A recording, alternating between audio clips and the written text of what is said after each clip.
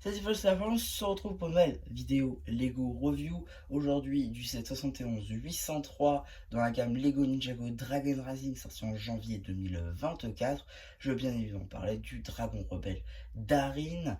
Donc ce petit set au prix public de 9,99 € un petit peu partout, hein, dans un peu chaque magasin. C'est un petit peu un set commun, on va dire, contrairement aux exclusivités Lego Store par exemple. Mais il n'est pas trouvable seulement en grande surface, il est aussi trouvable à Action, notamment au prix public de 7,95 €. Et là c'est très intéressant, 7,95 € c'est beaucoup moins cher pour le coup que 10 €.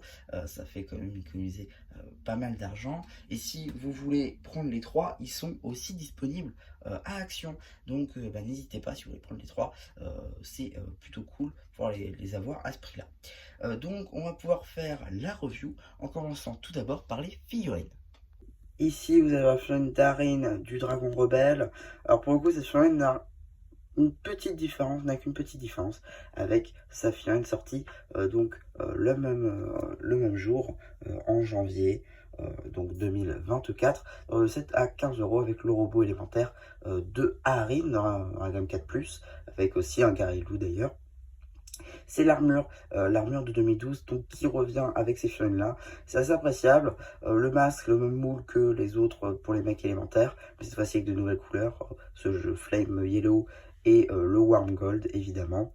Pour ce qui est du torse et des jambes, c'est pas nouveau, même la tête d'ailleurs. C'est l'ancienne figurine sortie en juin dernier, c'est-à-dire juin 2023, à l'occasion de la première vague de 7 pour Dragon Rising saison 1.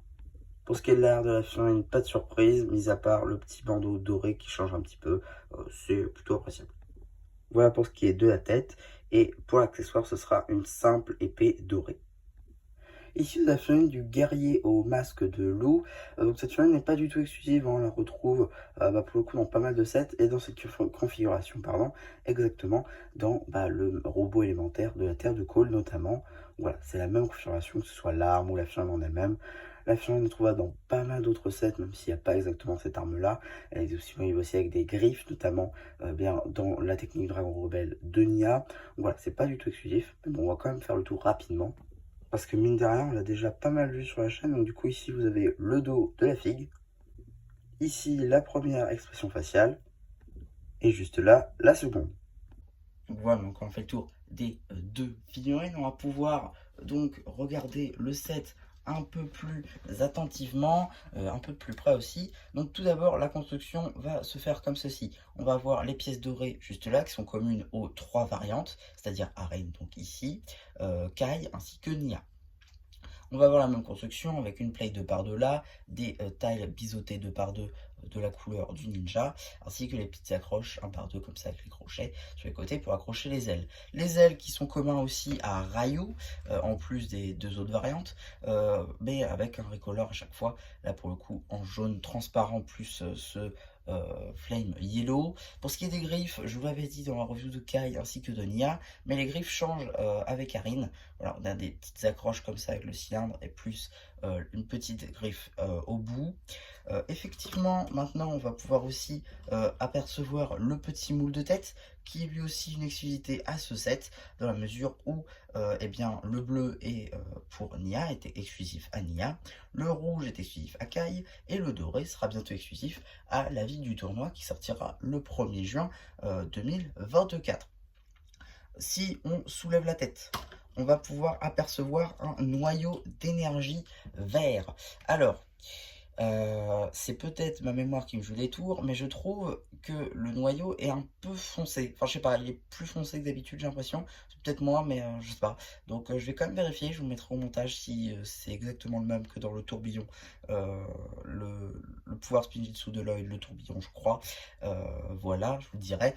Mais j'ai l'impression qu'il est quand même un peu plus foncé. Bon, si on referme ça, on a effectivement une petite fonction. Ah oui, d'accord. Avant de voir les fonctionnalités, il y a une petite variante encore sur celui d'Arène, c'est que les ailes sont mises différemment. Effectivement, on ne doit pas les mettre comme ceci, hein, comme tous les autres, mais comme cela. Voilà. C'est bizarre, je trouve c'est un peu trop rapproché de la tête. Bon, après ça se modifie assez rapidement, vous l'aurez vu, il y a juste à mettre ceci comme ceci, et ça de même. Voilà, ça change pas grand chose, mais voilà, je sais pas, je trouve que c'est un peu mieux comme ceci. Donc on va pouvoir prendre la figurine d'Arin. Là je l'ai plus souvent parce que j'ai déjà rangé, mais vous pouvez prendre n'importe quelle figurine, ça marchera très bien. Et comme les deux autres, eh bien voilà. Alors là, le petit côté un peu moins bien avec celui-ci, c'est que les griffes partent assez facilement. C'est un petit peu dommage. Mais sinon, la fonctionnalité est la même et c'est toujours aussi marrant. Ouais, bon, là, non, j'avoue, là, j'ai loupé. C'est horrible, hein. J'ai l'impression d'être comme dans la vidéo Stance avec la moto Raptor, hein. C'est pas possible, c'est cassé ça. Bon, effectivement, je pense qu'à la longue, ces pièces-là vont un peu mal vieillir et seront susceptibles de se casser potentiellement. Je sais pas, je dis ça comme ça, mais... Attends, mais si ça a marché une fois, ça doit bien marcher deux fois, non? Wow, voilà. Bon, là, faut pas non plus y aller trop fort. Il faut peut-être pas avoir un mur juste en face. Ce serait cool, je pense. Voilà, là, c'est peut-être pas les bonnes conditions. Peut-être le retour de la review dehors. Non, je sais pas, je pense pas. Oui, parce que je sais pas si j'ai déjà sorti la review du TIE Interceptor, mais la review du TIE Interceptor se refera donc dehors. Et pareil pour les autres gros sets, je pense les faire dehors parce que ça passe tout simplement pas dans le studio. Typiquement, la Tour Avenger, ça ne passe pas dans le studio. Donc du coup, voilà, la hauteur sous plafond, elle est trop basse. Donc je pense que je la ferai dehors potentiellement. Pareil pour la Banking Gods d'ailleurs, même si la banque, je crois que vous n'étiez pas au courant, ni la tour d'ailleurs. Mais bon, c'est pas grave. Voilà, donc pour ma review de ce set, en tout cas, j'espère qu'elle vous aura plu. N'hésitez pas à me dire si vous avez pensé genre, sur le post communautaire. Et voilà, bah du coup, c'est ça que j'aurais plu qui vous dit bye bye.